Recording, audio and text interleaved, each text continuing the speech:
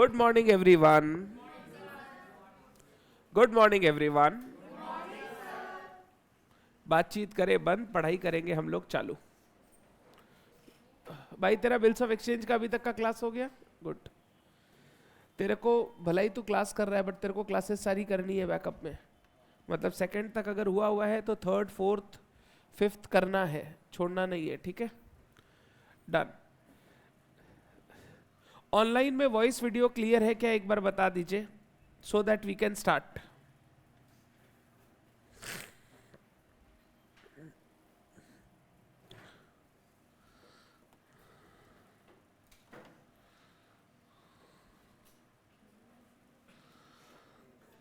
Clear है, बातचीत बंद. Last class bills of exchange में हमने 3 बहुत अच्छे क्वेश्चन बनाए. एक वो डॉन वाला, एक हेमा वाला और एक कटरक वाला. और तीनों क्वेश्चन मैंने आपको बोला था 3 में से 2 कटरक और डॉन वाला क्वेश्चन एक बार घर पे जाके आपको गो थ्रू करना है. बिकॉज वो सब क्वेश्चन ऐसे हैं जब तक एक बार खुद से वापस नहीं पढ़ोगे कॉन्फिडेंस नहीं आएगा. ठीक है बात. आज हम लोग आगे बढ़ेंगे रेन्यूअल और रिटायरमेंट से और नेक्स्ट टॉपिक में जाएंगे. अगर आप हेडिंग देखो नेक्स्ट टॉपिक का, तो topic is insolvency of ड्रॉई. Insolvency of ड्रॉई. पहले मेरे को बताओ ना, इतना दिन पढ़ लिया हम लोग, ड्रॉई कौन होता है? जिस पर बिल ड्रॉ किया गया है, यानी डेटर है. डेटर ये आदमी पैसा देगा. ये आदमी पैसा देगा जब बिल मैच्योर होगा, तो जिसके पास भी बिल होगा वो ड्रॉई के पास जाएगा और ड्रॉई उसको पेमेंट करेगा. यही बात है, नॉर्मल है. अगर हमारा ड्रॉई इंसॉल्वेंट हो जाए, व्हाट इज इंसॉल्वेंट? दिवालिया हो जाए. व्हाट इज दिवालिया? Very good. दीदी बोल रही है कि सर उसके पास पैसा खत्म हो जाए. दीदी का बोलने का मतलब है कि जितना उसके पास एसेट्स है, assets that is insufficient to pay off his liability. उसके पास अगर 100 रुपया है तो उसका लायबिलिटी 150 रुपया, 200 रुपया, 250 रुपया, 300 रुपया हो गया है. एंड ही इज बातचीत बात, he is unable to pay his liability as and when they are due. अगर कोई पर्सन का लायबिलिटी उसके एसेट से ज्यादा हो जाए तो हम लोग बोलते हैं वो पर्सन इंसॉल्वेंट हो गया या बैंकरप्ट हो गया. क्या हो गया? बैंकरप्ट. यानी वो अपना लायबिलिटी सारा चुका नहीं पाएगा. ये इंसॉल्वेंट या बैंकरप्ट होने के लिए आप अपने हाथ से नहीं हो सकते. आपको कोर्ट के पास अर्जी लगानी पड़ती है कि भैया देखो हमारे पास जितने एसेट्स हैं हम उससे अपनी सारी लायबिलिटी चुका नहीं पाएंगे. कोर्ट आपके एसेट्स और लायबिलिटीज का असेसमेंट करता है और अगर कोर्ट को लगता है कि सच में आप अपनी लायबिलिटी सारी नहीं चुका पाओगे तो फिर कोर्ट आपको इंसॉल्वेंट घोषित करता है कि ये आदमी इंसॉल्वेंट है. अगर कोई आदमी इंसॉल्वेंट हो जाता है तो उसके जो लायबिलिटी वाले हैं, उसके जो पाने वाले हैं, पैसा पाने वाले, उनको लिमिटेड पैसा मिलता है जितना उसके पास एसेट है. एक बार उसका एसेट खत्म हो गया तो फिर उसका लीवर किडनी बेच के हम उसका पैसा नहीं ला सकते. मान ले उस आदमी के पास 100 रुपया है, उसका टोटल लायबिलिटी 250 है, तो वो सबको तो पूरा पूरा चुका नहीं पाएगा. कोर्ट उसको बताएगा कितना कितना रुपया आपको किसको चुकाना पड़ेगा और उस बेसिस पे वो आदमी अपना सारा लायबिलिटी चुकाएगा जितना उसके पास एसेट है उतना. एक बार उसका एसेट खत्म हो गया और उसके पास देने के लिए कुछ नहीं है तो उसके बाद वो कोई लायबिलिटी का पेमेंट नहीं करेगा. सर मान लीजिए उसके बाद फ्यूचर में वो कमा लिया, क्या कमा कर वो लायबिलिटी का पेमेंट करेगा? Answer is no. एक बार आप इंसॉल्वेंट हो जाते हो तो आपका जीवन रीस्टार्ट होता है. आप जितना पे कर पाए उसके बाद आपकी सारी लायबिलिटी जीरो हो जाएगी. अगर आप आगे जाकर पैसा कमा भी लेते हो तो legally you are not liable to pay. हाँ, अगर आपकी इच्छा है कि हम किसी का पैसा मारेंगे नहीं, हम अविनाश भैया जैसे सच्चे और अच्छे बनेंगे, तो फिर इन दैट केस आप खुद जाकर चुका सकते हो. अदरवाइज फिर आपके ऊपर ऑब्लिगेशन नहीं है कि आपको सामने वाले को पैसा चुकाना पड़ेगा. इस टॉपिक में हम क्या पढ़ने जा रहे हैं? अगर हमारा ड्रॉई यानी डेटर जिससे पैसा लेना है वो इंसॉल्वेंट हो जाए तो फिर हम लोग बिल्स ऑफ एक्सचेंज का अकाउंटिंग कैसे करेंगे वो हम लोगों को यहां पर सीखना है. जैसे ही कोई पर्सन बिल्स ऑफ जैसे ही कोई ड्रॉई इनसॉल्वेंट होगा, सबसे पहले हमारा काम होगा हम अपने बिल को कैंसिल कर देंगे, हम अपने बिल को डिसऑनर्ड मान लेंगे, क्योंकि हमको पता है कि मैच्योरिटी पर वो आदमी बिल का पेमेंट नहीं कर पाएगा। जब मेरे को पता चल गया कि आगे जाकर वो पेमेंट नहीं कर पाएगा तो बिल को रख के कोई फायदा नहीं है। सबसे पहला हम काम करेंगे, बिल को कैंसिल करेंगे या बिल को डिसऑनर कर देंगे on the date when the person is declared insolvent. उसके बाद जितना पैसा आना होगा उससे आ जाएगा, जो पैसा नहीं आएगा वो हमारा बैड डेट हो जाएगा। क्या हो जाएगा? Bad date. मान ले मैं उससे 5,000 पाता हूं और वो सिर्फ 2,000 दे सकता है, तो 5,000 में 2,000 मैं रिसीव कर लूंगा, बैलेंस 3,000 जो पैसा नहीं आएगा उसको हम लोग बैड डेट बोल के रिकॉर्ड कर लेंगे। हमारे लिए ये बैड डेट लॉस है। क्या है? लॉस। एक डेटर से पैसा मिलना था बट डेटर पैसा दे नहीं पा रहा है, तो ये हमारा एसेट का नुकसान हो गया, ये हमारा एसेट का लॉस हो गया, तो हम बैड डेट को डेबिट करके 3,000 रुपया लॉस रिकॉर्ड कर लेंगे। देखना हम क्या जर्नल एंट्री पास करेंगे। पहले हम बिल को कैंसिल करेंगे। बिल को कैंसिल करेंगे तो एंट्री होगा debtor account debit to bill receivable. अगर बिल मेरे पास है, अगर बिल बैंक के पास है तो debtor account debit to bank, अगर बिल क्रेडिटर के पास है तो debtor account debit to creditor. हमने ये सीखा था। उसके बाद उससे पैसा मिलेगा, cash account debit 2,000, bad debt account debit 3,000, to debtor 5,000। 5,000 में 2,000 उससे मिलेगा और 3,000 हमारा बैड डेट हो जाएगा। हमारी एंट्री तो सबको पता है। मजा कब आता है? मजा आता है जब मैं तुमसे पूछूं ड्रॉई क्या रिकॉर्ड करेगा। ड्रॉई यानी जो डेटर पैसा नहीं दे पा रहा है, 5,000 का उसका लायबिलिटी है, वो 2,000 चुका पा रहा है, बैलेंस 3,000 वो कैसे रिकॉर्ड करेगा, ये हम लोगों को नया सीखना है। हम लोग जैसे बैड डेट लॉस रिकॉर्ड करते हैं ना, वैसे ही वो ड्रॉई रिकॉर्ड करेगा एक अकाउंट में नोन एज डेफिशिएंसी। क्या नाम होगा? डेफिशिएंसी। कि हमारे पास पैसा चुकाने को नहीं है, जितना था हमने चुका दिया, बाद बाकी डेफिशिएंसी है, तो हम इस डेफिशिएंसी को राइट ऑफ करके खत्म करेंगे। देखो वो जर्नल एंट्री क्या करेगा, वो पहले बिल कैंसिल करेगा, bill payable account debit to creditor, फिर creditor account debit 5,000 to cash 2,000 to deficiency account कितना रुपया? 3,000। ये 3,000 वो डेफिशिएंसी बोल के रिकॉर्ड करेगा और वो अपने लेजर्स बंद करके राम राम कर देगा सबको कि भैया जितना पैसा था मैंने चुका दिया, जो मेरे पास नहीं है मैं उसका कुछ कर नहीं सकता, मैं अब आपको पैसा चुका नहीं सकता। तो अगर ड्रॉई इंसॉल्वेंट हो जाए, 2 स्टेप पे काम होगा। पहला स्टेप में हमको बिल को कैंसिल करना है और दूसरा स्टेप में जितना पैसा उससे आ सकता है उतना ले लो, जो नहीं आया वो बैड डेट या deficiency. For the drawer it is bad debt loss, for the ड्रॉई it is deficiency. आप एक तरीके से बोल सकते हो गेन।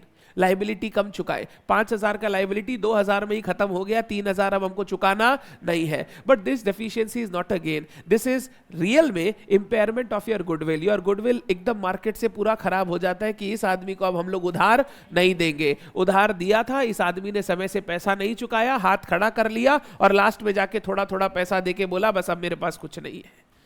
तो ये डेफिशिएंसी या इंसॉल्वेंसी होने से आपकी गुडविल बहुत खराब हो जाती है। वापस आगे जाकर मार्केट में आके धंधा करना आपके लिए काफी मुश्किल हो जाता है।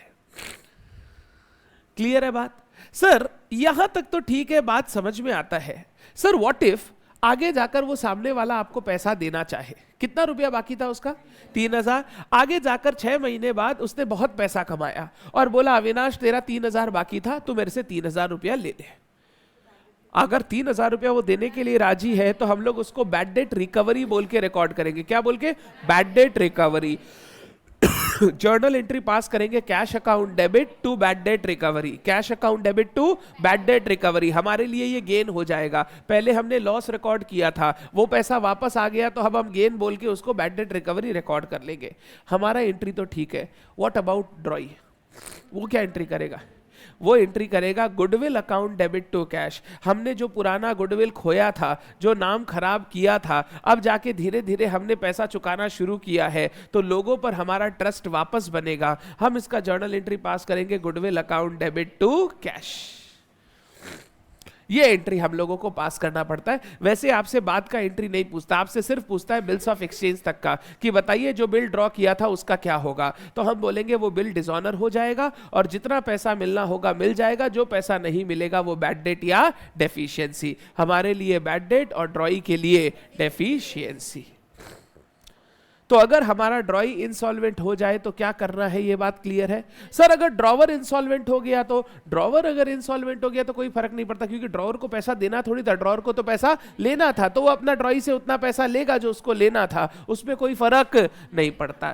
फर्क तब पड़ता है जो पैसा देने वाला हो वो हाथ खड़ा कर ले कि भाई अब हम पैसा नहीं दे पाएगा। क्लियर है बात? Insolvency of drawee done. एक बार रीड करो मेरे साथ। Insolvency of a person means that he is unable to pay his liability, unable to pay his liability. Sir मैं न्यू ज्वाइन की हूं, मुझे सीए फाउंडेशन भी देना है, मुझे सीए में फाउंडेशन, मुझे क्या करना होगा? मधुपी क्लास के बाद आप मुझे व्हाट्सएप कीजिएगा, मैं बता दूंगा क्या करना है। और अगर आप चैप्टर के बीच में ज्वाइन कर रहे हैं तो अभी क्लास मत कीजिए, आप बिल्स ऑफ एक्सचेंज शुरू से कीजिएगा, आप नेक्स्ट चैप्टर से लाइव ज्वाइन कीजिएगा। In this case bills accepted by him will be dishonoured, जो भी उसने बिल एक्सेप्ट कर रखा है वो सब क्या हो जाएगा? Dishonoured. Therefore when it is known that a person has become insolvent, एक आदमी इंसॉल्वेंट हो गया है, entry for dishonour of his acceptance must be past, क्योंकि अब आपको पता चल गया कि इस बिल का पूरा पैसा आना नहीं है, तो वो बिल मैच्योरिटी तक रख के कोई फायदा नहीं है, वो बिल आपको इमीडिएटली कैंसिल कर देना चाहिए। The portion of debt that could not be realized from drawee, portion of debt that could not be realized, जो हम realize नहीं कर पाए, shall be recorded as bad debts in the books of drawer and deficiency in the books of drawee। उसको हम record करेंगे bad debt और वो रिकॉर्ड करेगा डेफिशिएंसी। अकाउंटिंग कैसे होगा? पहले बिल डिसऑनर होगा, बिल डिसऑनर होगा तो journal entry debtor account debit to bills receivable, अगर नॉर्मल एंट्री पूछो। बट यहां पे बीआर की जगह क्रेडिटर भी हो सकता है, यहां पे बीआर की जगह बैंक भी हो सकता है, डिपेंड करता है आपका बिल कहां पर है। अगर आपने डिस्काउंट कराया था तो डेटर टू बैंक करना होगा, अगर आपने इंडोर्स किया था तो डेटर टू क्रेडिटर करना होगा, ये हमने सीखा है। वो डिसऑनर की एंट्री करेगा bill payable account debit to creditor, bill payable account debit to creditor. सबसे पहले बिल डिसऑनर हो जाएगा। इसके लिए क्या मैच्योरिटी का वेट करना है, या जिस दिन इंसॉल्वेंट हुआ, जिस दिन इंसॉल्वेंट घोषित हुआ आप इसको कैंसिल कर दीजिएगा। जितना पैसा मिलना है वो मिल जाएगा। Cash account debit to debtor, cash to debtor, जो पैसा मिलना है, और जो नहीं मिला वो हम लॉस बोल के रिकॉर्ड कर लेंगे। बोलो bad debt account debit to debtor. आप ये दो एंट्री को कंबाइन कर लोगे, cash account debit, bad debt account debit to debtor. अभी अलग अलग लिखो, एग्जाम में जब लिखोगे तो आप कंबाइन कर लीजिएगा। कैश अकाउंट डेबिट जितना रुपया आया, बैड डेट अकाउंट डेबिट जो रुपया नहीं आ पाया, टू डेटर जो 5,000 रुपया मेरे को उससे लेना था, तो 5,000 में 2,000 वो देगा तो कैश अकाउंट डेबिट, 3,000 वो नहीं दे पाएगा तो bad debt account debit. Clear? Drawee cash pay करेगा, ड्रॉई एंट्री करेगा creditor account debit to cash, जितना वो दे पाएगा वो पेमेंट कर देगा, और जो वो नहीं दे पाएगा वो हम ट्रांसफर कर देंगे creditor account debit to deficiency. हम एग्जाम में ये कंबाइंड एंट्री मारेंगे, creditor account debit 5,000 to cash 2,000 to deficiency 3,000। तो ड्रॉवर के लिए वो हो गया बैड डेट और ड्रॉई के लिए हो गया डेफिशिएंसी। ड्रॉई के लिए हो गया डेफिशिएंसी।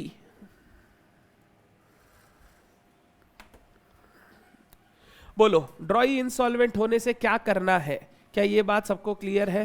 पक्का ये काम हमको करना पड़ेगा। आइए कुछ क्वेश्चंस देखते हैं इसके ऊपर। पहले लिख लो आप, फिर सब बच्चे जाएंगे क्वेश्चन नंबर 12 में। 11 तक हो गया था, हम लोग 12 में जाएंगे। लिख लो आप, फिर 12 में जाएंगे।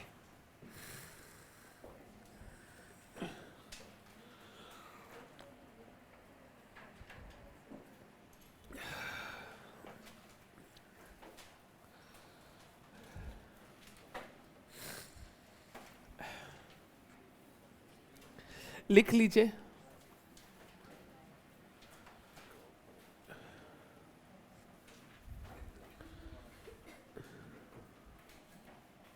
कोई बीकॉम का एग्जाम शुरू होने वाला है क्या? कब से? 11 नवंबर, 2-3 दिन बाद। टाइमिंग क्या है एग्जाम का? Very good, I am proud of you.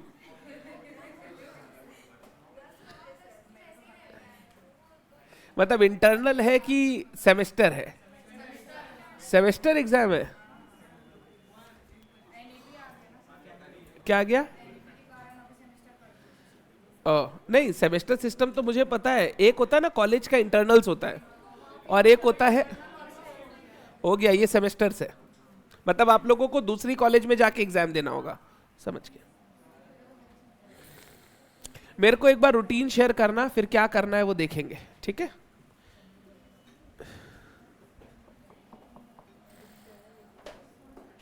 लिख लिया आप लोग? बातचीत बंद। आइए क्वेश्चन देखें। ये अच्छे क्वेश्चन है, आपको अच्छा लगेगा और आपसे एक बार में बन भी जाएगा, इजी टू गो है। कल एक चीज बताया था, याद है? जब क्वेश्चन में पूरी स्टोरी दी हुई रहेगी, क्वेश्चन इजी रहेगा। और जब क्वेश्चन में सिर्फ बीच का पूछ लेगा, बता डिसऑनर किया क्या होगा, तो क्वेश्चन थोड़ा सा सोच के करना पड़ेगा। इसीलिए वो क्वेश्चन टफ थे, डॉन वाला और कटरक वाला, और ये क्वेश्चन इजी होते हैं। हमको यहां पे किसके बुक्स में एंट्री पूछ रहे हैं, देख तो। पास journal entries in the books of श्रीमान। सिमरन नहीं है, श्रीमान, सिमरन दिख रही है इसको। अभी कोई राहुल खड़ा हो जाएगा। Answer to question 12। Thank you. Answer to question 12, page बोलना 47 इन दी बुक्स ऑफ श्रीमान। एक क्वेश्चन हमेशा पूरा फॉर्मेट से बनाएंगे। Journal, date, particulars, ledger folio, amount debit, amount credit.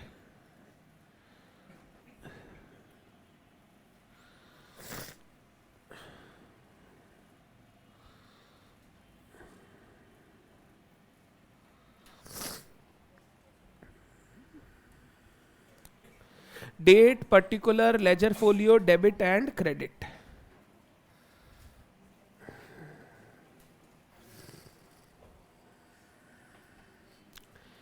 शुरू करें बात।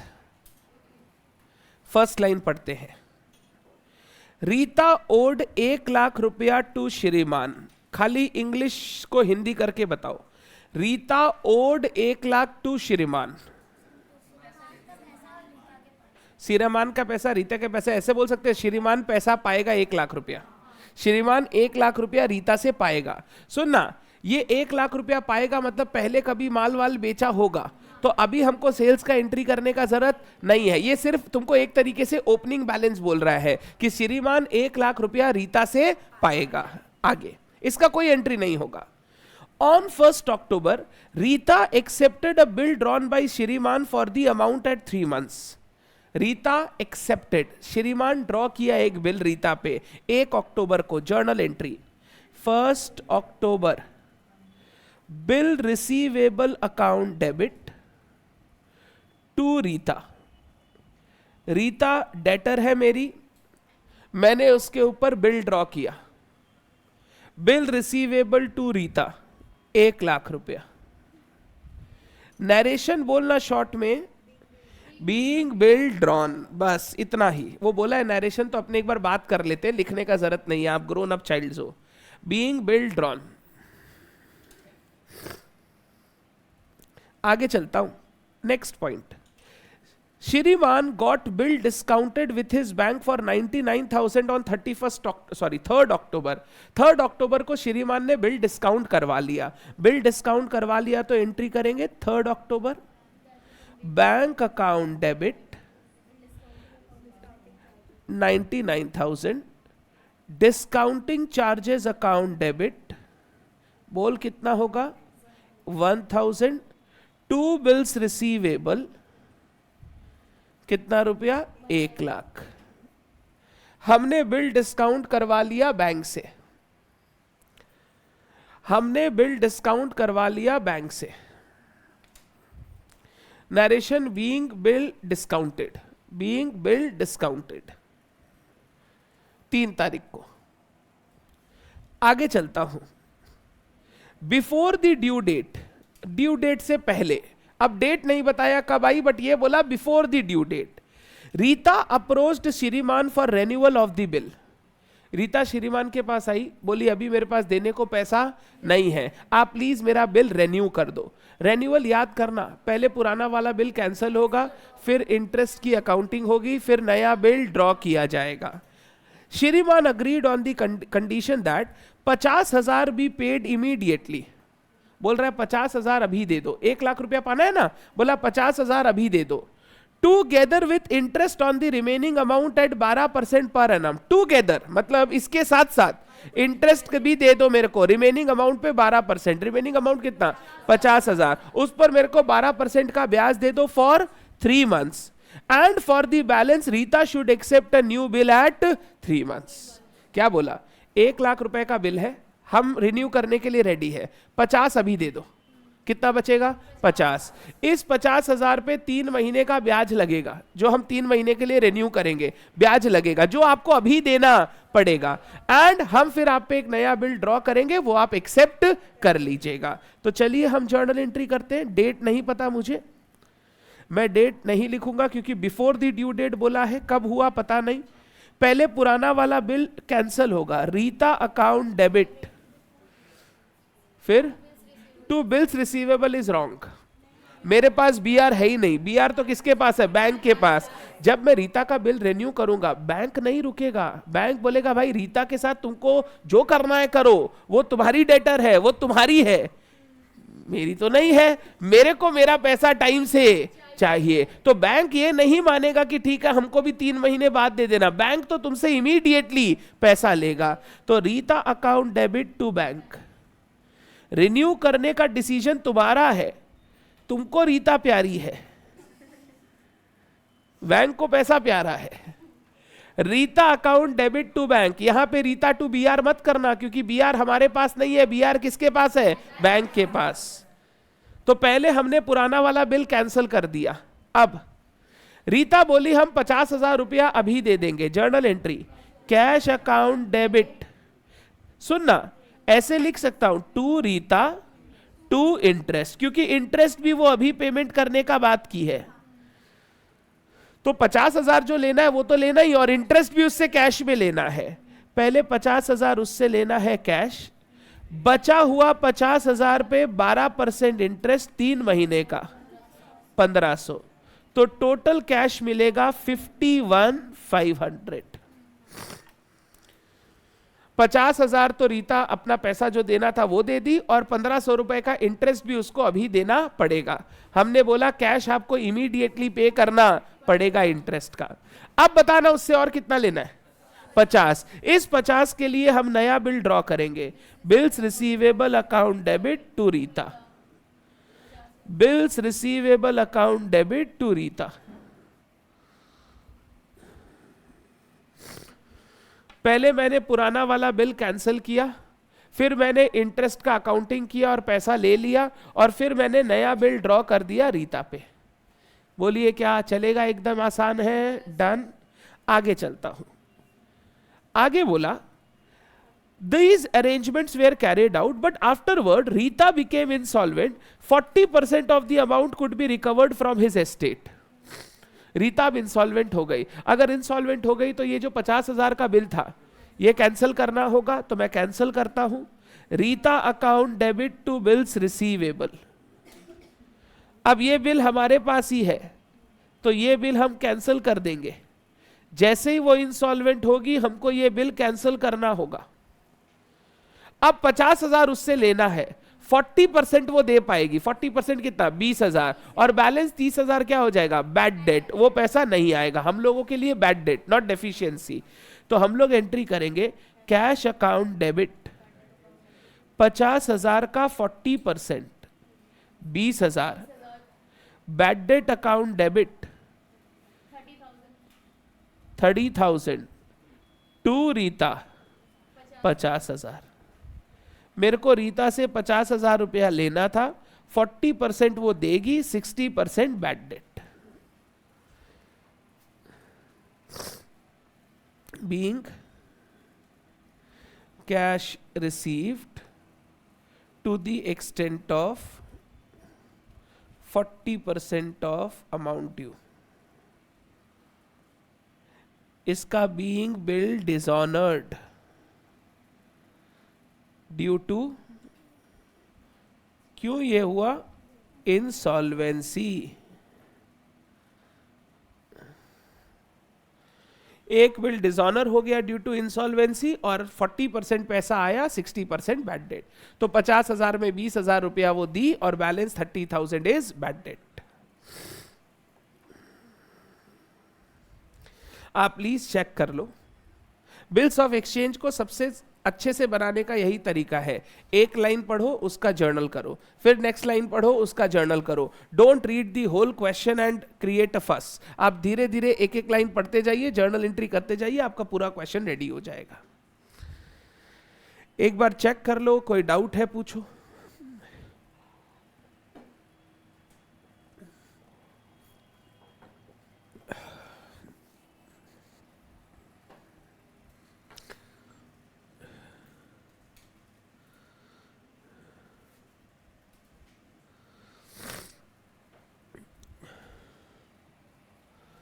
अच्छा हुआ इंटरेस्ट पहले ही ले लिए, तो लास्ट में वो भी डूब जाता. श्रीमान को ऐसे रीता अच्छी लगती थी, बट पता था काटेगी.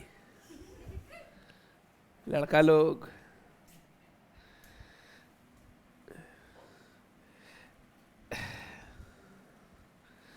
कट्टा तुम्हारे भाग्य में लिखा है. नहीं अनुकूल, लास्ट वाली एंट्री आपको दोनों अलग अलग करनी है. डिसऑनर अलग होगा और कैश का पेमेंट अलग होगा, क्योंकि वो दो अलग अलग टाइम पे होगा.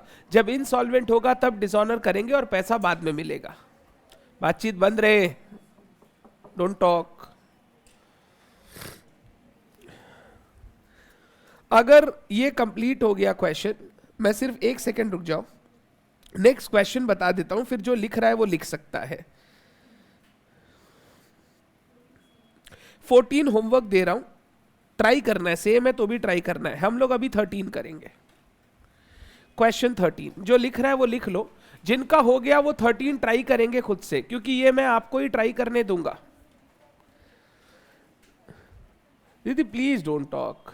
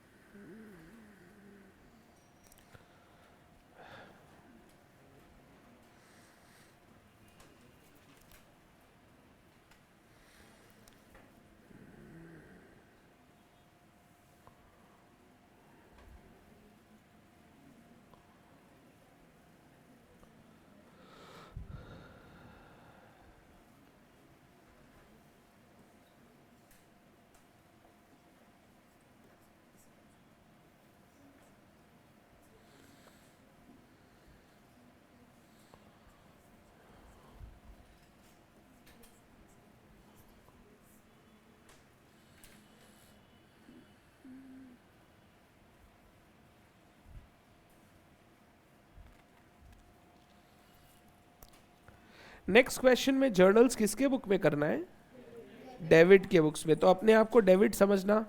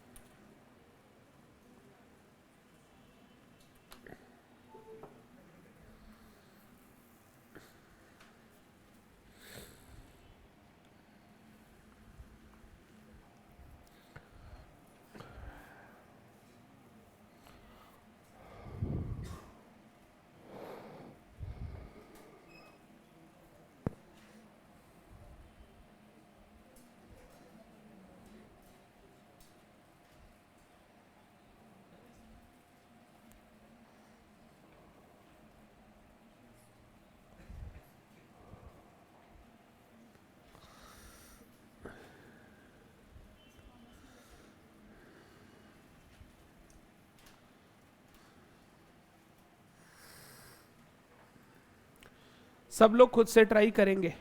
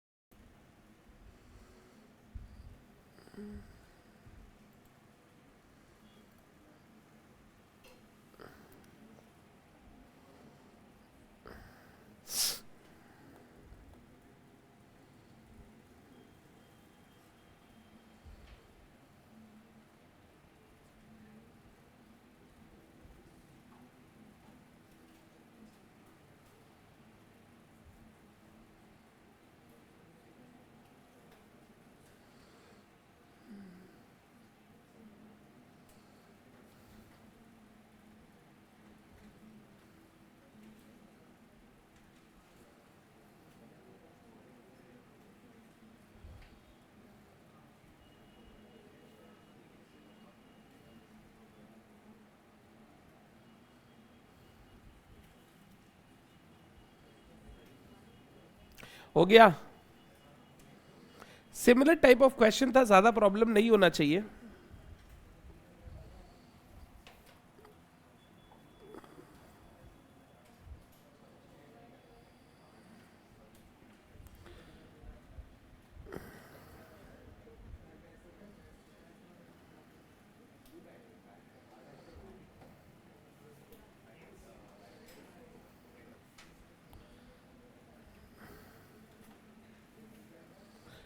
In the books of David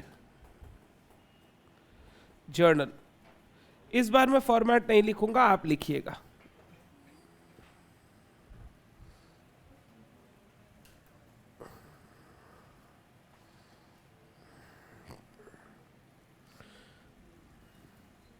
पढ़ता हूं क्वेश्चन।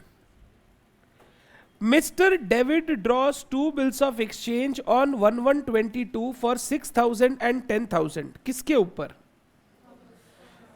थॉमस आगे जाके थर्ड लाइन में बोला है। ओके, थॉमस के ऊपर बिल ड्रॉ किया है। तो जर्नल एंट्री, डेट है 1 जनवरी 22। Bill receivable 1 account debit, bill receivable 2 account debit to Thomas. पहला वाला बिल कितने रुपए का? 6,000। दूसरा वाला बिल 10,000। टोटल 16,000 के दो बिल ड्रॉ किया। ठीक, आगे बोला the bill of exchange for 6,000 is for 2 months and bill of exchange for 10,000 is for 3 months। दोनों का टेन्योर बता दिया। On 4/3 mister Thomas request mister David to renew the first bill. 4/3 अगर आप देखोगे तो फर्स्ट बिल का मैच्योरिटी है 1 से 2 महीना, 1/3 से 3 दिन, 4/3 को थॉमस रिक्वेस्ट कर रहा है डेविड को कि यार फर्स्ट बिल रेन्यू कर दे with interest at the rate 18% for a period of 2 months. Mr. David agrees to this proposal. बोल रहे ठीक है मैं रेन्यू कर दूंगा। जब हम लोग रेन्यू करते हैं तो बताओ सबसे पहले पुराना वाला बिल कैंसिल होता है, Thomas account debit to BR1, first bill cancel होगा 6,000। फिर इंटरेस्ट चार्ज किया जाएगा, Thomas account debit to interest. Interest कहीं नहीं बोला कैश में लेगा, जब बोला नहीं है तो हम लोग उसको नए बिल में ऐड करेंगे। जब तक खुद नहीं बोल रहा है कैश मिलेगा तो हम लोग उसको नए बिल में ऐड करेंगे कि थॉमस अभी पैसा नहीं दे सकता। 6,000 इंटू 18% इंटू कितना महीना के लिए रेन्यू हो रहा है? 2 months, 180। तो नया बिल जो ड्रॉ होगा वो होगा bill receivable account debit to Thomas 6,180। नया बिल जो ड्रॉ होगा 6180। आप इसको BR3 भी लिख सकते हो। क्या लिख सकते हो? BR3 लिख सकते हो, आप कोई प्रॉब्लम नहीं है। 6180 पुराना बिल कैंसिल हुआ, हमने थॉमस से इंटरेस्ट चार्ज किया एंड नया बिल ड्रॉ किया 6180 का। आगे चलता हूं। फिर बोला on 20 March mister Thomas retires the acceptance for 10,000, rebate being 100 रुपया। अगर आप सेकंड बिल का देखोगे तो 3 महीने का मैच्योरिटी था, टेन्योर 1 से 3 महीना, 1/4 से 3 दिन, 4/4। उसको 4/4 को पेमेंट करना था बट वो 20 मार्च को पेमेंट कर रहा है। अगर ड्रॉई जल्दी पेमेंट करता है तो हम लोग उसको रिबेट अलाउ करते हैं। तो 20 मार्च को वो सेकंड बिल का पेमेंट कर रहा है। कैश अकाउंट डेबिट, अमाउंट बोल 9,900, 10,000 माइनस 100 रुपए का रिबेट, रिबेट अकाउंट डेबिट 100 रुपया। टू बिल रिसीवेबल 2 कितने रुपए का? 10,000 का। 10,000 का बिल था, 100 रुपया रिबेट, 9,900 सामने वाले ने मुझे पेमेंट कर दिया। तो रेन्यूअल भी क्वेश्चन में आ गया, रिटायरमेंट भी क्वेश्चन में आ गया। आगे चलता हूं। Before the due date of the renewed bill, Thomas became insolvent and only 50 पैसा in a rupee could be recovered from his estate. जो रिन्यूड बिल था, बिल रिसीवेबल 3, उसका मैच्योर होने से पहले ही वो इंसॉल्वेंट हो गया। अगर इंसॉल्वेंट हो गया तो बोलिए हमने क्या सीखा है? बिल कैंसिल करना पड़ेगा। Thomas account debit to BR3। बोलो कितने का बिल था? 6,180। अब इसमें से बोल रहा है 50% वो दे पाएगा तो पैसा ले लो, कैश अकाउंट डेबिट, और 50% वो नहीं दे पाएगा तो वो क्या हो जाएगा? Bad debt account debit to Thomas. 6,180 में 50% वो दे पाएगा 3090, 50% वो नहीं दे पाएगा, वो हो गया बैड डेट।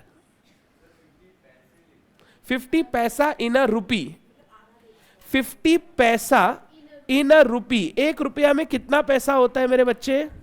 100 पैसा। तो 100 में से 50 पैसा दे पाएगा, 100 में से 50 पैसा दे पाएगा, मतलब 50% दे पाएगा। अगर वो बोलेगा 50 पैसा देगा तो लेने जाएगा तुम? बोलेगा रख भाई, आने का खर्चा ज्यादा है। 50 पैसा इन अ रुपी का मतलब होता है 100 पैसे में से 50 पैसा वो देगा, यानी 50% रुपया वो देगा और बैलेंस 50% वो नहीं दे पाएगा। लिखो, अगर किसी को नहीं पता तो 50 पैसा इन अ रुपी को लिखो 50% ऑफ द टोटल अमाउंट। 50 पैसा इन अ रुपी का मतलब आधा रुपया देगा वो। Very good Ayush. आयुष तुम कल पेटीएम नहीं भेजा नंबर? यहां पे सबको मिल गया है चॉकलेट।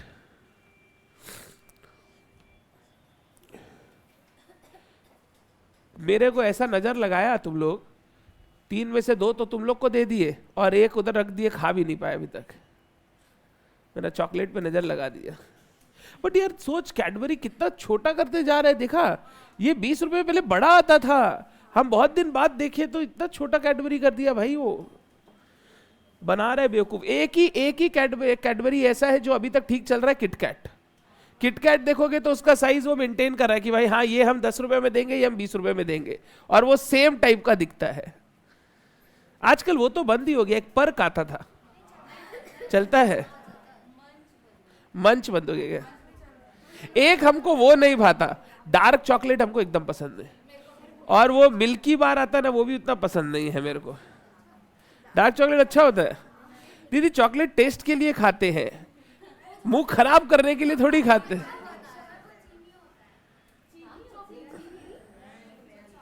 अरे छोड़ो छोड़ो छोड़ो, वो बोले डार्क चॉकलेट खाने के बाद आंख चीनी जैसा हो जाता है।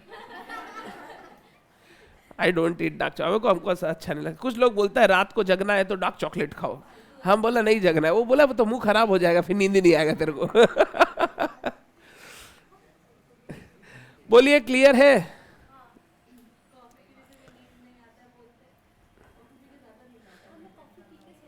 जो इंसान पूरे दिन खटेगा ना, उसको चुपचाप नींद आ जाएगा, और जो इंसान खटेगा नहीं, 2 ही कारण से नींद आता है। या तो आप खटे हुए हैं, थके हुए हैं, नींद आएगा, या आपके बॉडी में विटामिन का इम्बैलेंस चल रहा है।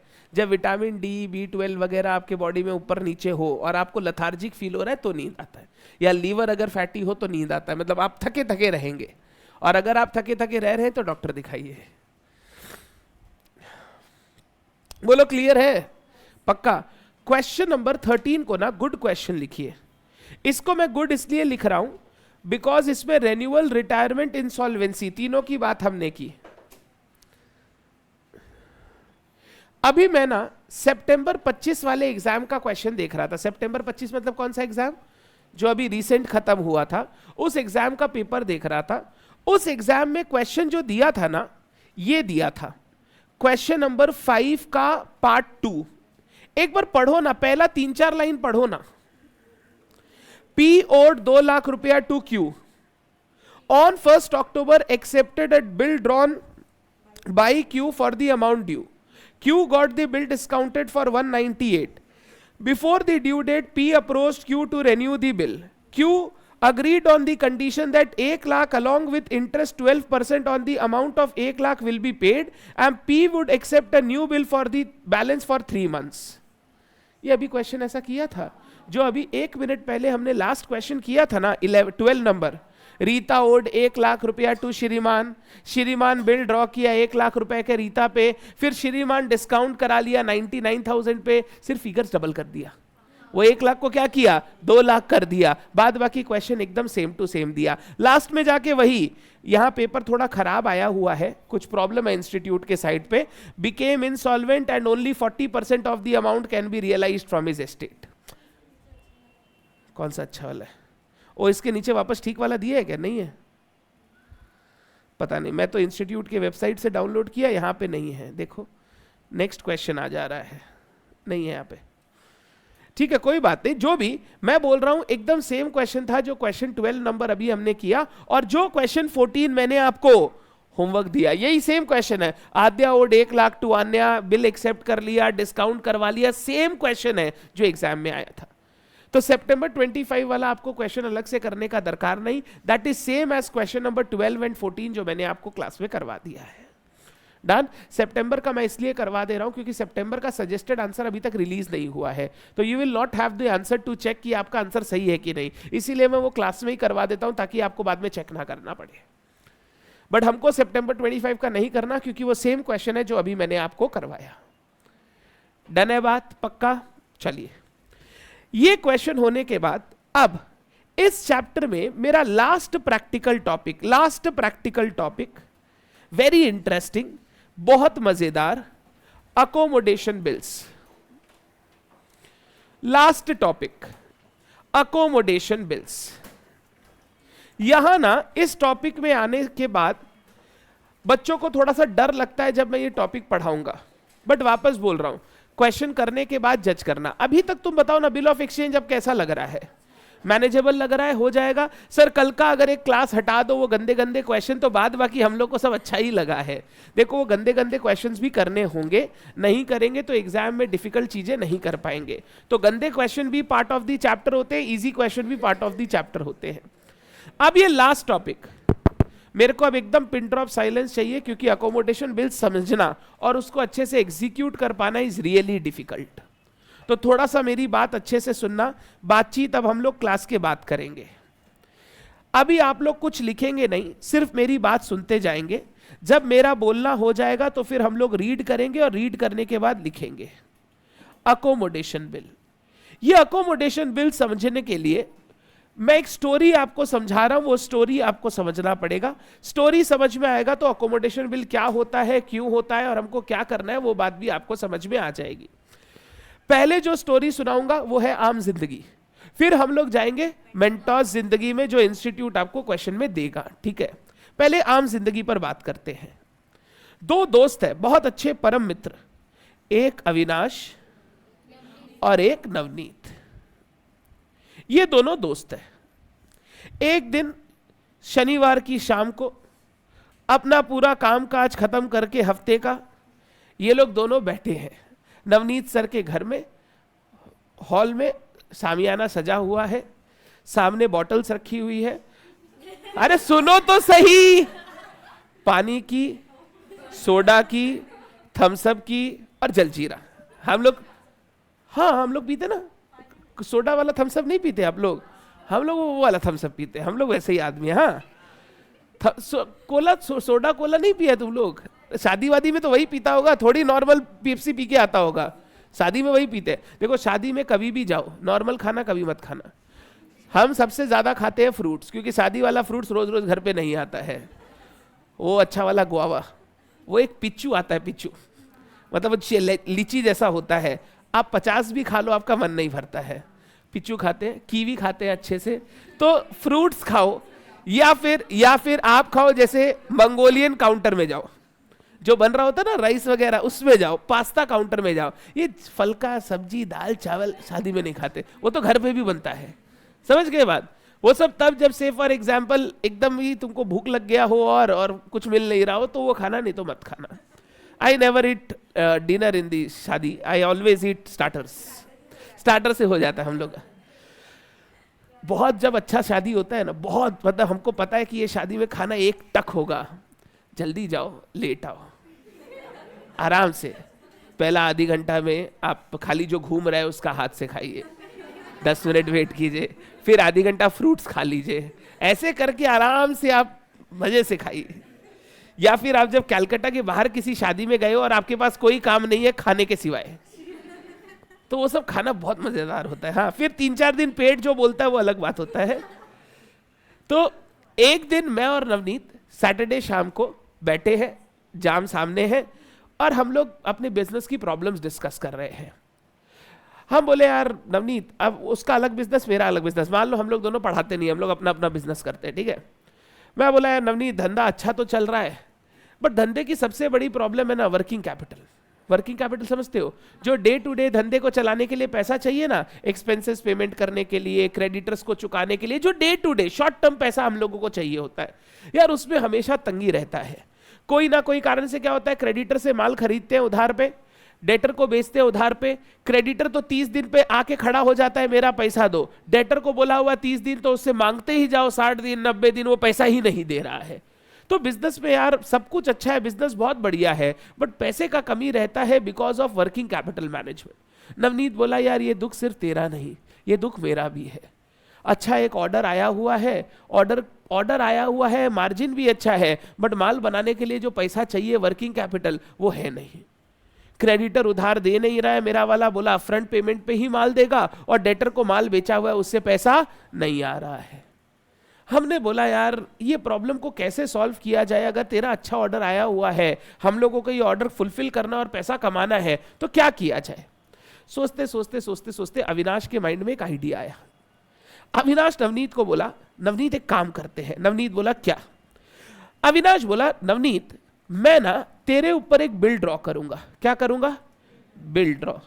जैसे ही मैंने बोला ना, नवनीत बोला देख अविनाश जो भी कर मेरा काटना मत, मतलब मेरे को बेवकूफ मत बनाना। तू मेरे पे बिल ड्रॉ क्यों करेगा? हम तो सीखा हुआ है, जब हम फाउंडेशन पढ़ा था, बिल ड्रॉ तो तब करते हैं जब तू मेरे से कुछ पैसा पाता हो। अपने दोनों में तो कोई पैसा पाना देना है ही नहीं, अपने तो कोई आपस में माल बेचे वेचे है ही नहीं, तो एक दूसरे को कोई पैसा नहीं देना है। मैं बोला रुक ना, इतना डरता क्यों है, सुन तो सही मेरी बात। बोला ठीक है बोल। बोला मैं तेरे पे 50,000 रुपए का बिल ड्रॉ करूंगा। बिल ड्रॉ किया, पार्ट नंबर 1। जब मैं बिल ड्रॉ करूंगा, मैं अविनाश इसको क्या बोल के रिकॉर्ड करूंगा? Bills receivable. नवनीत इसको क्या बोल के रिकॉर्ड करेगा? Bills payable. पक्का?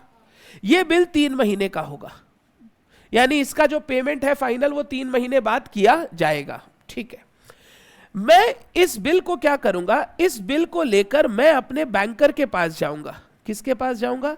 मान लो मेरा बैंकर है HDFC बैंक। सर बिल को लेके हम लोग बैंक के पास क्यों जाते हैं? डिस्काउंट करवाने के लिए, डिस्काउंट कराने के लिए। मैं ये बिल अपने बैंक से डिस्काउंट करवा लूंगा। बोलो जब हम लोग डिस्काउंटिंग करवाते हैं, डिस्काउंटिंग, तो क्या होता है? पैसा आता है। बैंक क्या करता है? थोड़ा डिस्काउंटिंग चार्ज काटने के बाद बैलेंस पैसा हमको दे देता है, और बैंक फिर पैसा किससे लेगा? नवनीत से लेगा। कितने महीने बाद? 3 महीने बाद। बैंक आज पैसा नहीं मांगेगा, बैंक आज आपको एडवांस दे रहा है। जब 3 महीने बाद बिल का मैच्योरिटी आएगा तो बैंक नवनीत के पास जाएगा और नवनीत से पैसा मांगेगा। हाँ, तो बैंक से जब मैंने डिस्काउंट कराया, मेरे बाबू, बैंक से जब मैंने डिस्काउंट कराया, बैंक ने मेरे को पेमेंट किया ₹49,000 और मेरा डिस्काउंटिंग चार्जेस कटा, बोलो कितना? 1,000। देख, बिना कुछ किए, बिना कोई माथापच्ची किए, माल बेचे, माल खरीदे, कुछ नहीं किए, बट तो भी अविनाश के पास 49,000 रुपीज बैंक से आ गया। हाँ या ना? सर ये तो अच्छा स्कीम है, हम लोग भी आपस में कर लेते हैं। तुम बैंक के पास जाओगे तो बैंक वाला भगा देगा तुमको।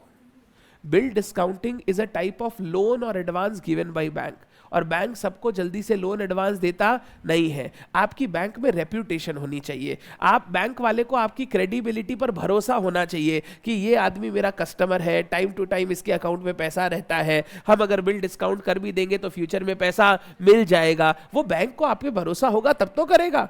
आप आपस में बिल डिस्काउंट कर लो, बिल लेके जाओगे और बैंक डिस्काउंट कर देगा? नहीं करेगा वो। उसके लिए उतनी क्रेडिबिलिटी होनी चाहिए। तो मान लीजिए ना अविनाश और नवनीत का क्रेडिबिलिटी है, उनका बैंक के साथ अच्छा रिश्ता है क्योंकि उनका बड़ा धंधा है, बस वर्किंग कैपिटल प्रॉब्लम है, अदरवाइज उनके बैंक में पैसा आना जाना रेगुलर बेसिस पे बहुत सारा होता है। तो अविनाश ने बिल डिस्काउंट कराया, 49,000 रुपीज अविनाश के पास इमीडिएटली आ गया।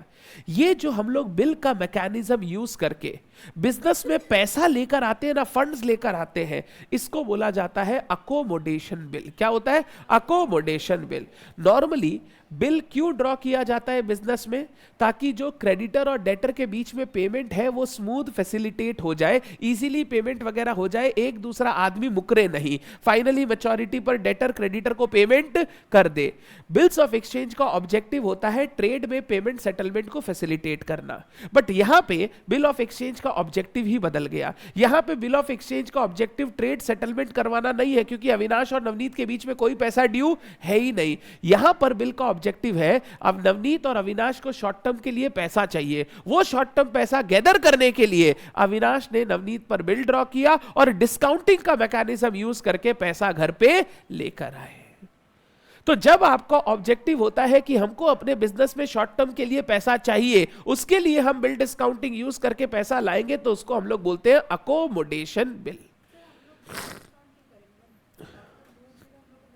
मिलता ही है, बट क्या होता है ना, लोन लेने में बहुत सारी प्रक्रियाएं होती है एज कंपेयर। और दूसरा, खाली बैंक नहीं है, आप चाहो तो ये जो डिस्काउंटिंग है एनबीएफसीज वगैरह भी कर देती है। बिल डिस्काउंटिंग का प्रक्रिया एज कंपेयर टू लोन लेने के प्रक्रिया में थोड़ा फास्टर होता है, इजी होता है, इसीलिए हम लोग लोन नहीं मांगकर हम लोग इस तरीके से काम कर रहे हैं। अलग अलग तरीके से पैसे उठा सकते हैं, जैसे अगर लोन ले ही सकते हैं तो कंपनी शेयर्स इशू क्यों करती है? सबका अलग अलग कारण होता है, इसीलिए करती है। तो वैसे भी ये एक तरीका है जिससे हम पैसा उठा सकते हैं। पता है जैसे ही अविनाश को 49,000 मिलेगा, अविनाश ये पैसा पूरा अपने पास नहीं रखेगा, क्योंकि पैसे का जरूरत दोनों को है। हमने डिसाइड किया था हम मिल बांट कर खाएंगे आधा आधा, हमने अपने बीच में डिसाइड किया था, मैंने और नवनीत, कितना कितना खाएंगे, आधा आधा। अविनाश के पास जैसे ही 49,000 आएगा ना, अविनाश इस 49,000 में से बोलना कितना रेमिट करेगा, रेमिट 49,000 इंटू 1/2 आधा 24,500 टू नवनीत। नवनीत मेरा इस चीज में पार्टनर है भाई, वो बोला है कि भाई हमको भी पैसा चाहिए। वो रिस्क क्यों ले रहा है फ्यूचर में जाके पेमेंट वेमेंट करने का, इसलिए ले रहा है क्योंकि आज उसके पास पैसा आएगा। मजेदार बात पता है क्या है, नवनीत को 24,500 मिला, 49,000 का हम लोग बंटवारा कर लिए, बट पता है एक चीज और खर्चा लगा है इस प्रोसेस में, 1,000 रुपए का। क्या लगता है ये 1,000 रुपए का खर्चा सिर्फ अविनाश का होना चाहिए या अविनाश और नवनीत दोनों का? दोनों का, क्योंकि दोनों को पैसा मिला है, दोनों को फंड्स मिला है, तो जो इंटरेस्ट का खर्चा है वो भी दोनों बियर करेगा। बोला जाता है जिस रेशियो में आप पैसा डिस्ट्रीब्यूट कर रहे हो, अगर पैसा आधा आधा जा रहा है तो डिस्काउंटिंग चार्जेस भी दोनों को आधा आधा बियर करना पड़ेगा। तो डिस्काउंटिंग चार्जेस बियर करना पड़ेगा आधा आधा, तो हम लोग एंट्री पास करेंगे, एंट्री नहीं सॉरी, डिस्काउंटिंग चार्जेस हम लोग नवनीत को ट्रांसफर करेंगे 1,000 का आधा, बोल कितना, 500। तो एक बार देखना नवनीत के पास टोटल कितने का हिसाब चला गया, 25,000, 24,500 तो उसको कैश मिला और 500 उसको डिस्काउंटिंग चार्जेस बियर करना पड़ेगा। जब आप इस तरीके से बिल्स ऑफ एक्सचेंज को यूज करके आपस में डिस्काउंटिंग का कॉन्सेप्ट लगा के आप ये बिजनेस में पैसा लेकर आते हो फॉर शॉर्ट पीरियड, इसको हम लोग बोलते हैं अकोमोडेशन बिल। वैसे accommodation bill is not a valid contract, क्योंकि कोई भी कॉन्ट्रैक्ट वैलिड होने के लिए कंसीडरेशन होना जरूरी है। आप लोग सुने होंगे अब नो कंसीडरेशन नो कॉन्ट्रैक्ट, धीरे धीरे सुनोगे आप, कंसीडरेशन के बारे में सुन रहे होंगे, ऑफर होता है, एक्सेप्टेंस होता है, कंसीडरेशन होता है, तब जाके एक कॉन्ट्रैक्ट बनता है, तो वो कंसीडरेशन होना जरूरी है। यहां अविनाश और नवनीत के बीच में जो बिल ड्रॉ हुआ है उसमें कोई कंसीडरेशन नहीं है, इसीलिए ये बिल रियल में वैलिड बिल नहीं है। बट बैंक को इतना थोड़ी पता रहता है अविनाश माल बेचा कि नहीं माल बेचा and so on so fourth, तो बैंक इतना अगर चेक नहीं करेगा तो बैंक ने तो बिल क्या कर दिया, डिस्काउंट कर दिया। तो बैंक ने बिल डिस्काउंट कर दिया और उससे हम लोग क्या किए, आधा आधा पैसा बांट लिए। अब सुनना क्या होगा, मैच्योरिटी पे बताना कौन किसके पास जाएगा पैसा मांगने, बैंक नवनीत के पास जाएगा पैसा मांगने, कितना रुपया, 50,000। बट पता है नवनीत के पास बिल का 50,000 रुपया पूरा नहीं है, उसके पास सिर्फ 25,000 है। On the maturity Navneet Avinash को फोन करेगा, भाई टाइम आ गया, बैंक को 50,000 चुकाना है, मैं अपना 25,000 रेडी कर लिया हूं, तू एक काम कर, तेरा वाला 25,000 मेरे को वापस कर दे। ऑन दी मैच्योरिटी अविनाश क्या करेगा, अविनाश नवनीत को सेंड करेगा, सेंड्स हिज शेयर, बोलो उसका शेयर कितना है, 25,000। एंड पता है नवनीत क्या करेगा, नवनीत फिर बैंक को उसका पैसा चुका देगा, नवनीत पे कर देगा, पेज ₹50,000 टू दी बैंक। अब ये मत पूछना फायदा क्या हुआ, फायदा ये हुआ 3 महीना तक पैसा आ गया। सर ब्याज तो लगा ही, हाँ लगेगा ही, आप लोन भी लेते तो ब्याज तो लगता ही, बट लोन जितना कामकाज नहीं करना पड़ा, हम सिंपली बिल का मैकेनिज्म यूज करके अपने बीच में पैसा का काम कर लिए। ये जो कॉन्सेप्ट होता है, इस कॉन्सेप्ट को हम लोग बोलते हैं अकोमोडेशन बिल। बट ये आम जिंदगी था, यहां पे सब कुछ बहुत सिंपल हो गया। अविनाश के पास पैसा आया, वो नवनीत को दे दिया, फिर ऑन मैच्योरिटी नवनीत अविनाश से मांगा, अविनाश बोल दिया हाँ ठीक है भेज दिए, और नवनीत आराम से 50,000 पेमेंट कर दिया। इतना सीधा जिंदगी होता नहीं है। वैसे जून 25 एग्जाम में, कौन सा एग्जाम, जून नहीं, मई 25 एग्जाम में यही पे इसी के ऊपर क्वेश्चन आया था 5 मार्क का, एकदम सिंपल कि भाई ऐसा ड्रॉ हुआ, ऐसा एक्सेप्ट हुआ, डिस्काउंट हुआ, पैसा वैसा बांटा, ऑन मैच्योरिटी एक आदमी दूसरे को पैसा दिया और दूसरा वाला आदमी बैंक को पेमेंट कर दिया। ये सिंपल जिंदगी है, बट इससे क्वेश्चन आया हुआ है मई 2025 में, एकदम इसी पर क्वेश्चन आया हुआ है।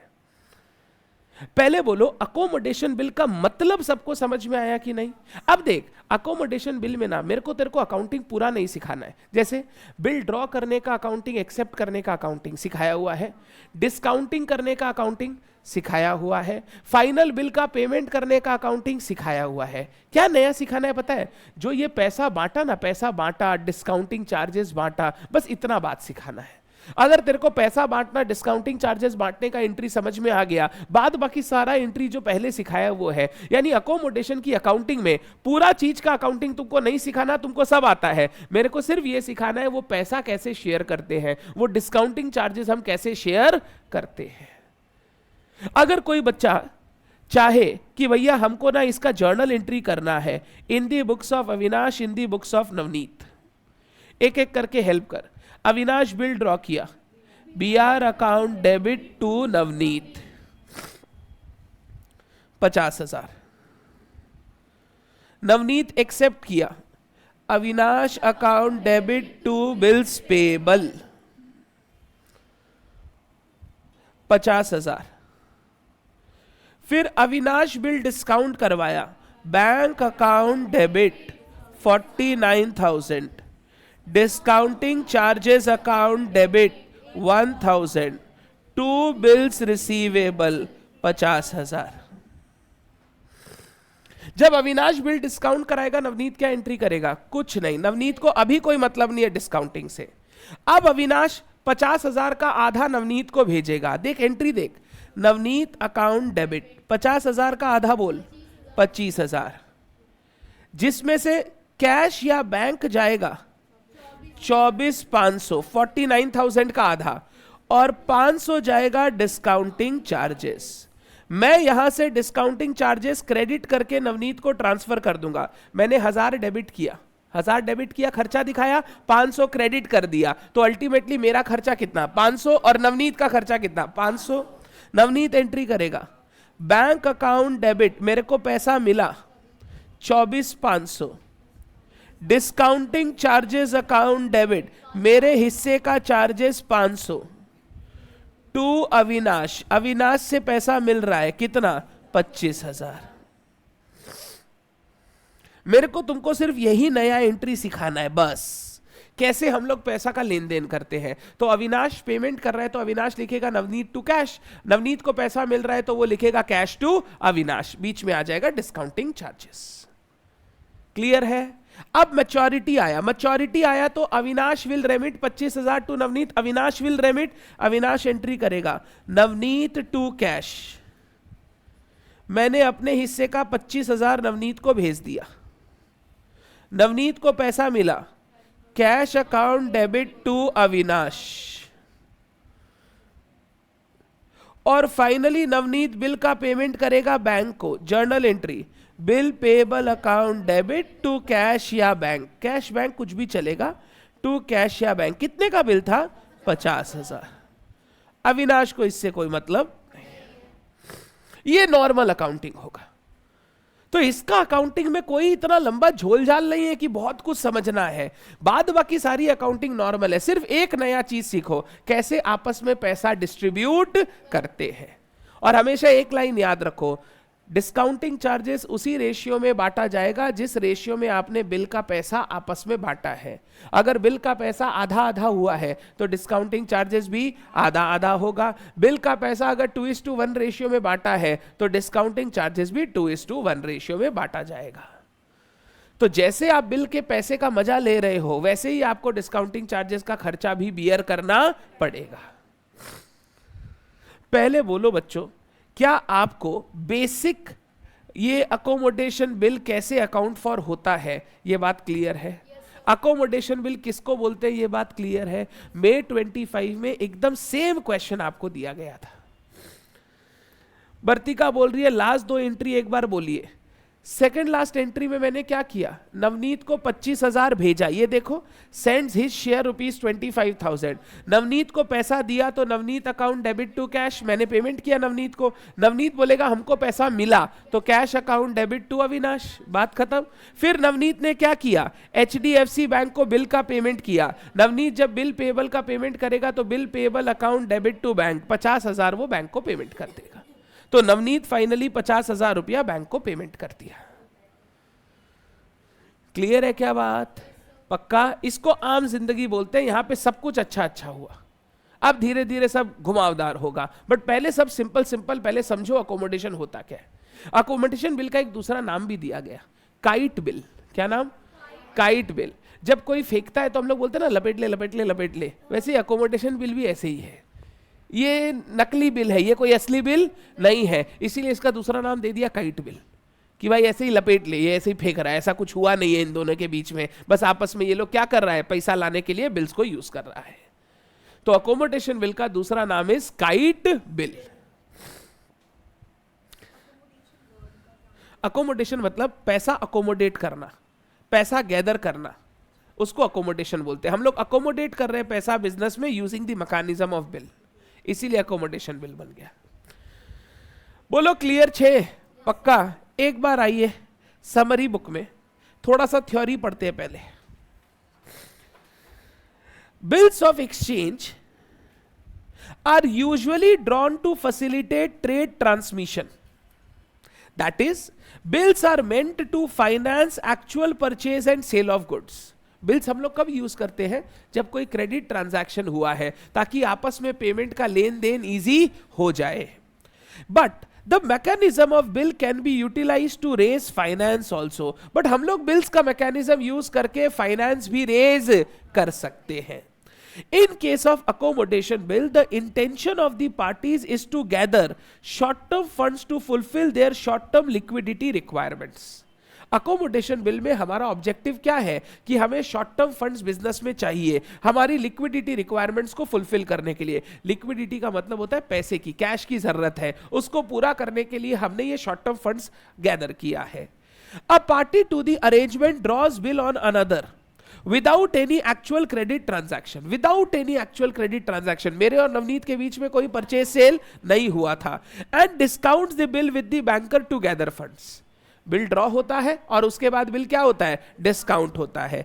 The funds are shared by the parties in agreed ratio. जो भी पैसा आया वो हम लोग आपस में बांट लेंगे अग्रीड रेशियो में, जो हमारे बीच में अग्री हुआ है। The discounting charges are also shared in the same ratio in which the funds were used by the parties. ये बहुत इंपॉर्टेंट है। जिस रेशियो में आपने बिल का पैसा यूज किया है उसी रेशियो में आपको डिस्काउंटिंग चार्जेस भी बियर करना पड़ेगा। क्लियर है बात इतना दूर? आगे, on the due date the drawer remits his share to the drawee. Drawer था अविनाश, अविनाश अपना 25,000 भेजा था। And the drawee after adding his share honours the bill by making payment to the bank. मैंने उसको 25 भेजा, वो अपना 25 उसमें ऐड किया, टोटल कितना हो गया? 50, और वो 50 क्या किया? HDFC बैंक को पेमेंट कर दिया। क्या जो मैंने स्टोरी आपको बताई वो थ्योरी में आपको दिखाई दिया? तो थ्योरी बुक में पहले से लिखा हुआ, बार बार लिखना नहीं है, अपना काम लर्न करना नहीं है, बेसिक ज्ञान लिखा हुआ है, अपने को सिर्फ समझते चलना है। हाउ अकोमोडेशन वर्क्स, यहां पर आप क्या करोगे पता है?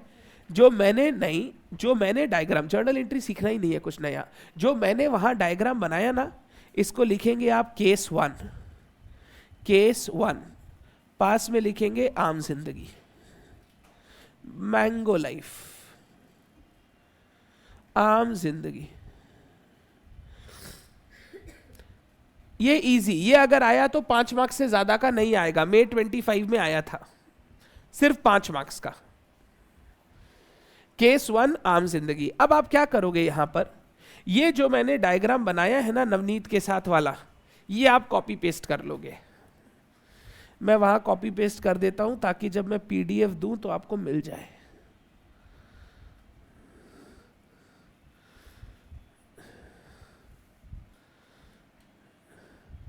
Just a second.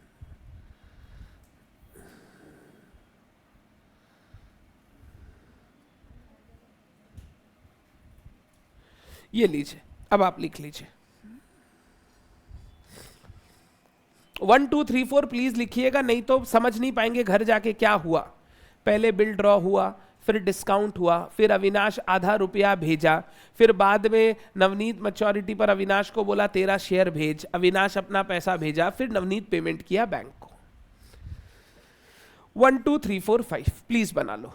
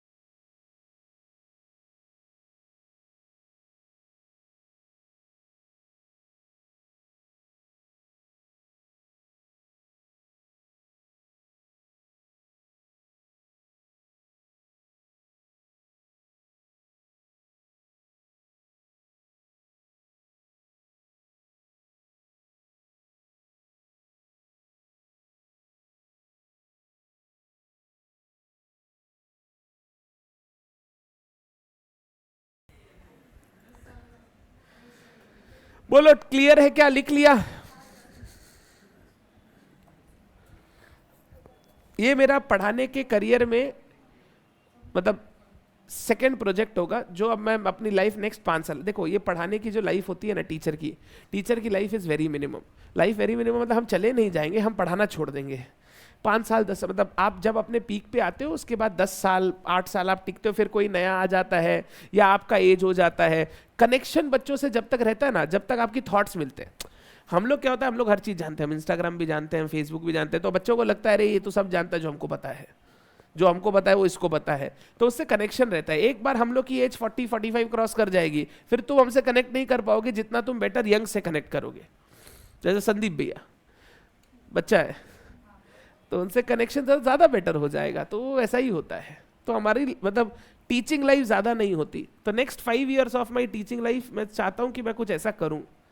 फिर मेरे को एक स्कूल खोलना है। I want to open a school जिसमें मतलब मैं जीवन भर फिर स्कूल ही पढ़ा, मतलब प्रिंसिपल नहीं बनेंगे, फिर हम बहुत स्ट्रिक्ट प्रिंसिपल हो जाएंगे।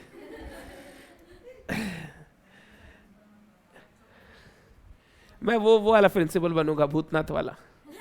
बैंक आज क्या लाए हो बैंक? लिख लिया तुम लोग? डन। ये हो गया आम जिंदगी।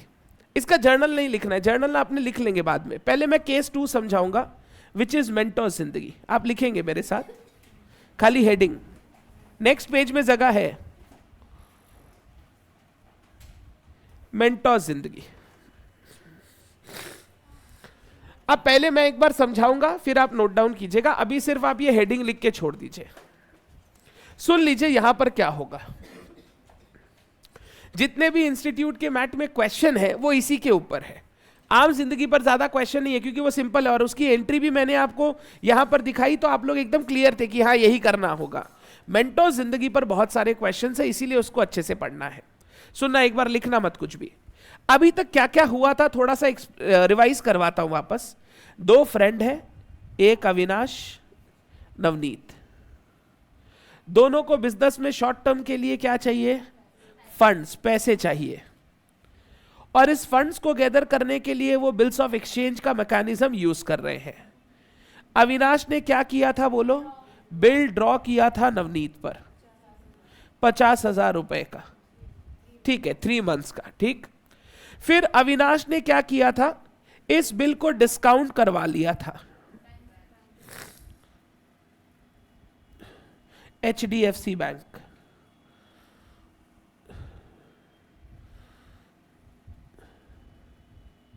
तो नंबर 2 मेरा केस था डिस्काउंटिंग। HDFC बैंक मेरे को कितना रुपया पेमेंट किया था? 49,000, और 1,000 रुपए का चार्जेस बियर किया था। अविनाश इस 49,000 में से बताना आराम से, बाप रे बाप, रेमिट किया। ऐसे क्यों करते आप लोग? ₹24,500 नवनीत को, और ये पैसे के साथ साथ डिस्काउंटिंग चार्जेस भी ट्रांसफर किया। कितने का? 500। हमने ये सीखा जिस रेशियो में पैसा बटेगा उसी रेशियो में डिस्काउंटिंग चार्जेस बटेगा। तो पैसा आधा आधा तो डिस्काउंटिंग चार्जेस भी आधा आधा। यहां तक हुआ था। अब बोलो, जब फर्स्ट बिल का, इस बिल का मैच्योरिटी आया था, नवनीत अविनाश को फोन किया, क्या चीज के लिए? पैसे के लिए। कितना रुपया? 25,000। नवनीत अविनाश से 25,000 लेगा क्योंकि 25 तो उसके पास है, तो वो अविनाश से कितना लेगा? 25,000। अविनाश बोला भाई डेटर पैसा नहीं दे रहा है। वही प्रॉब्लम जो 3 महीना पहले था ना, वही आज भी है। डेटर से पैसा नहीं आया भाई, माल बना के बेचे तो सही, 40,000 रुपया आना भी था, बट डेटर पैसा नहीं दे रहा है, नाटक कर रहा है। नवनीत बोल रहा है भाई हालत खराब है। नवनीत बोल रहा है भाई हम कैसे बैंक को चुकाएंगे? मेरे पास तो सिर्फ कितना है? 25। मेरे पास अभी 25,000 और नहीं है, मेरा भी तो बिजनेस में पैसे का जरूरत है, तो हम 50 नहीं दे पाएंगे, मेरे पास सिर्फ 25 है। तो अविनाश बोला देख भाई मेरे पास तो पैसे नहीं है। नवनीत बोला भाई 2-3 दिन में बैंक वाला मेरे पास आएगा, हमको तो चुकाना पड़ेगा, मना नहीं कर सकते। तो अविनाश बोला देख भाई फिर से पैसा का कमी है, let us do it once more, let us do it once more. अब मैंने बोला अब मैं नहीं तेरे पे ड्रॉ करूंगा, अब एक काम कर, तू मेरे पे बिल ड्रॉ कर। अरे ये वापस रिपीट हो रहा है, हेरा फेरी। हाँ हाँ, हेरा फेरी। अब क्या होगा, नवनीत अविनाश के ऊपर नंबर 4 बिल ड्रॉ करेगा। मैं बोला जब पैसा चाहिए ही तो थोड़ा ज्यादा ही कर ले, 80,000 रुपए का। एक बार सिंप्लीफाई रखने के लिए नवनीत अविनाश पे बिल ड्रॉ किया 80,000। बोलो ये बिल नवनीत के लिए, दीदी बाद में लिखेंगे, ये बिल नवनीत के लिए, बिल रिसीवेबल, अविनाश के लिए बिल्स पेएबल। अब ये बिल रिसीवेबल अगर नवनीत का है तो नवनीत इसको लेके गया अपने बैंक के पास। नवनीत का बैंक है ICICI, ये उसका बैंकर है, ये उसको देखते रहता है ICICI, ठीक है। अरे आराम से। नवनीत अपने बैंक से बिल डिस्काउंट कराया, डिस्काउंट करा के सुनना, नवनीत को मिला ₹78,000। 80,000 में 78 मिला तो 2,000 का डिस्काउंटिंग चार्जेस। अब सुनो, जैसे ही नवनीत के पास 78,000 आया ना, नवनीत बोला अविनाश भाई पैसा आ गया है। अविनाश बोला देख भाई, पहले ना फर्स्ट बिल चुका दे, अपना तो फर्स्ट बिल चुकाना बाकी है ना। ये अपने बिल क्यों ड्रॉ किए, ताकि हम लोग के पास HDFC बैंक आए तो हम लोग कुछ नहीं किए, हम लोग थोड़ा सा टाइम बाई कर लिए। ये नया बिल ड्रॉ करके अब हमारा टाइम एक्सटेंड हो गया। बस पहले इस 78,000 से HDFC बैंक को पहला वाला बिल पेमेंट कर दे। तो नवनीत क्या करता है, इस पैसे से HDFC बैंक को पेमेंट कर देता है। Point number 6, payment of first bill. Payment of first bill मतलब कितना रे, 50,000। इस 50,000 में सुनना 25 नवनीत का और 25 अविनाश का। वो 50,000 पेमेंट कर देता है बैंक को। बताओ कितना बचा अब, और कितना कैश बचा। 78 में 50 पेमेंट कर दिए, कितना बचा 28,000। अविनाश बोला नवनीत ये वापस बांट लेते हैं। मैंने बोला रेशियो, बोला रेशियो सेम ही रखते हैं ना, एक बार झमेला नहीं करते हैं। 28,000 जो बचा, अविनाश नवनीत को बोला जैसे हमारा पहले पैसा बट रहा था वैसे ही अभी भी पैसा बांट लेते हैं। और नवनीत ने क्या किया फिर पता है, अविनाश को पैसा दिया, कितना बताओ, 14,000। Number 7 remits rupees 14,000 to Avinash. बात कर रहे हैं। डिस्काउंटिंग चार्जेस भी ट्रांसफर करेगा, कितना रुपया बोलो, 1,000। अगर पैसा आधा आधा बटा है तो डिस्काउंटिंग चार्जेस भी आधा आधा। सर पैसा आधा आधा कैसे बटा, देखो कैसे बटा, मेरे को बताओ टोटल पैसा बैंक से कितना आया था, 78 जो बैंक से आया था, इधर सुनना ध्यान से, 50 पहला बिल पेमेंट हुआ। उस पहले बिल में अविनाश का था 25,000 और नवनीत का था 25,000, हाँ या ना, ये फर्स्ट बिल। फिर जो बचा वो कैश हमने क्या किया, अविनाश 14 और नवनीत 14। तो मेरे को बताओ ना, टोटल 78 में अविनाश कितना मिला, 39। नवनीत को कितना मिला, 39। क्या ये पैसा हमने आधा आधा बांटा? अगर टोटल 78 आधा आधा बांटा तो डिस्काउंटिंग चार्जेस भी हम लोग आधा आधा बांटेंगे। जिस रेशियो में आपने ये पूरा 78,000 बांटा है उसी रेशियो में आपको डिस्काउंटिंग चार्जेस भी बियर करना पड़ेगा। अगर 78 आपने 39 आपस में बांटा है तो आपको डिस्काउंटिंग चार्जेस भी आधा आधा यानी 1,000 बियर करना पड़ेगा। पहले बोलो यहां तक क्लियर है क्या, पक्का? अब यहां पे मेंटोर जिंदगी खत्म करने जा रहा हूं। अब टाइम आगे बढ़ता गया और सेकंड बिल का मैच्योरिटी आया। फर्स्ट बिल खत्म हो चुका है, फर्स्ट बिल का हिसाब हमारा खत्म हो चुका है, सेकंड बिल का मैच्योरिटी आया। सेकंड बिल का मैच्योरिटी पे कौन किसको पेमेंट करेगा? फाइनली बिल का पेमेंट कौन किसको करेगा? अविनाश करेगा ICICI बैंक को। नवनीत, अभी भी नवनीत ही फोन कर रहा है, अविनाश भाई सेकंड बिल का पेमेंट करना है। अविनाश बोला भाई हो गया अपना, हमारा धंधा वंदा बंद हो गया, हम इंसॉल्वेंट हो गए हैं। अविनाश हाथ खड़ा कर दिया, बोला हम इंसॉल्वेंट हो गए भाई, हम 1 रुपया भी नहीं दे पाएंगे या थोड़ा बहुत रुपया दे पाएंगे, बट अभी तो हम 1 रुपया भी तुमको दे। अगर ICICI बैंक अविनाश के पास आया और अविनाश इंसॉल्वेंट हो गया तो बताइए ICICI बैंक किसके पास जाएगा? नवनीत के पास, और नवनीत को उसको पैसा चुकाना पड़ेगा। तो नेक्स्ट स्टेप नंबर 8, नवनीत, अब इसमें कुछ दुख करने का बात नहीं है, नवनीत है ही ऐसा। Point number 8, Navneet pays ₹80,000 to ICICI bank. ये 80,000 क्या चीज के लिए? For second bill. क्योंकि अविनाश नहीं ऑनर किया तो नवनीत को वो बिल एक बार पेमेंट करना पड़ा। क्या नवनीत वो पेमेंट करने के बाद ऐसे ही चुप हो जाएगा कि मेरे से पैसा मांगेगा? मांगेगा। बताना नवनीत मेरे से कितना मांगेगा? क्या पूरा 80 या 40?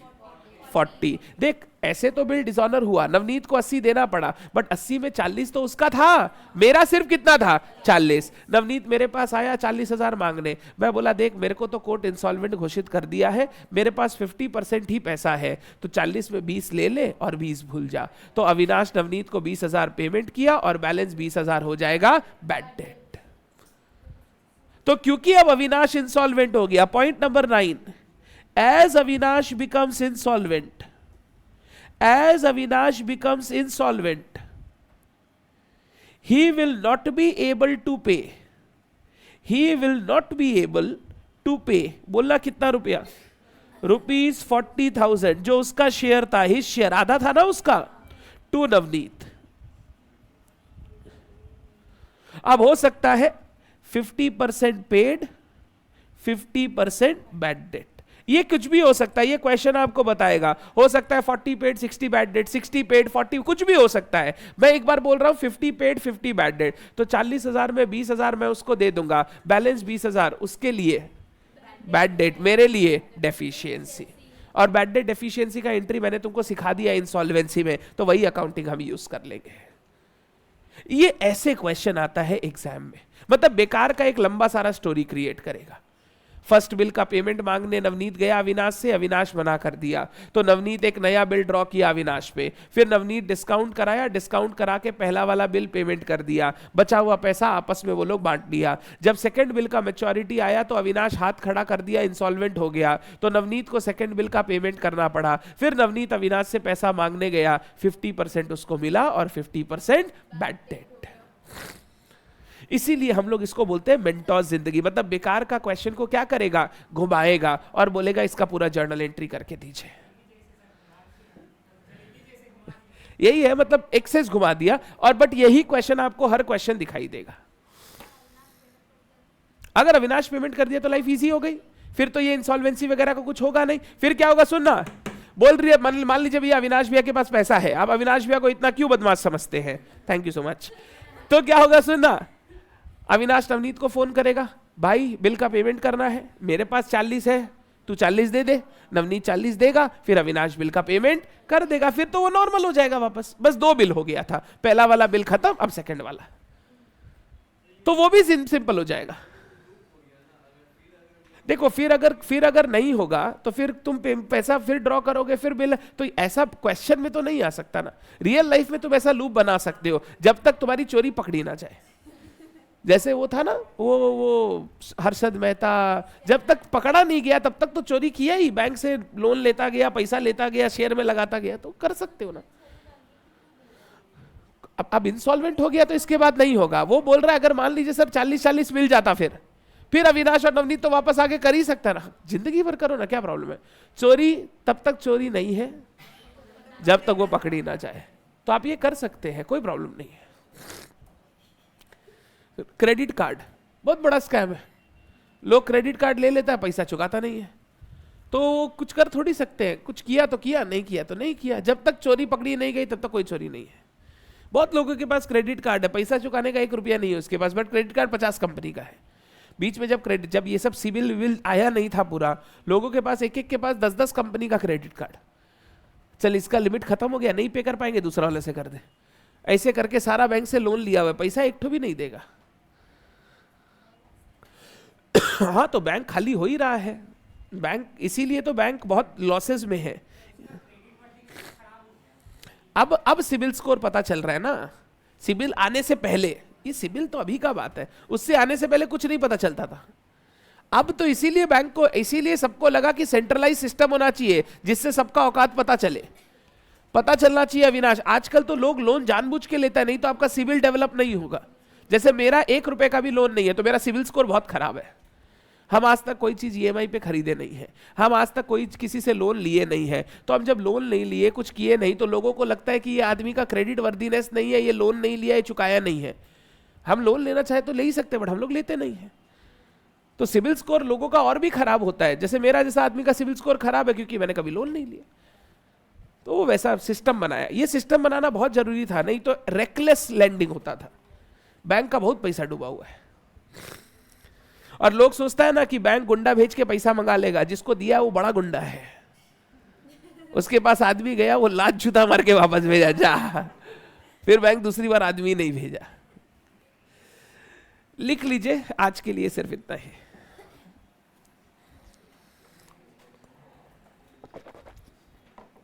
एक होमवर्क दे रहा हूं, वो होमवर्क दिया है ना 14, चलो उतना ही करो तुम।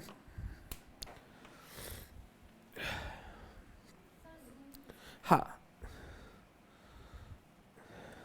पॉइंट नंबर 9 नीचे लिखा हुआ है, वो डायग्राम में अट नहीं रहा था।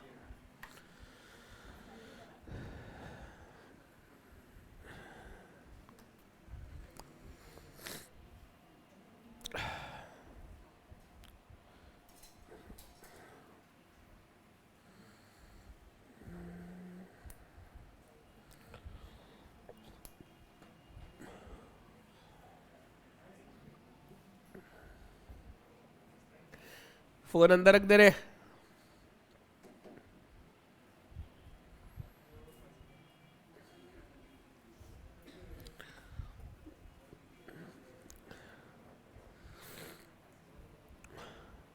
T20 में इंडिया सही खेल देता है भाई।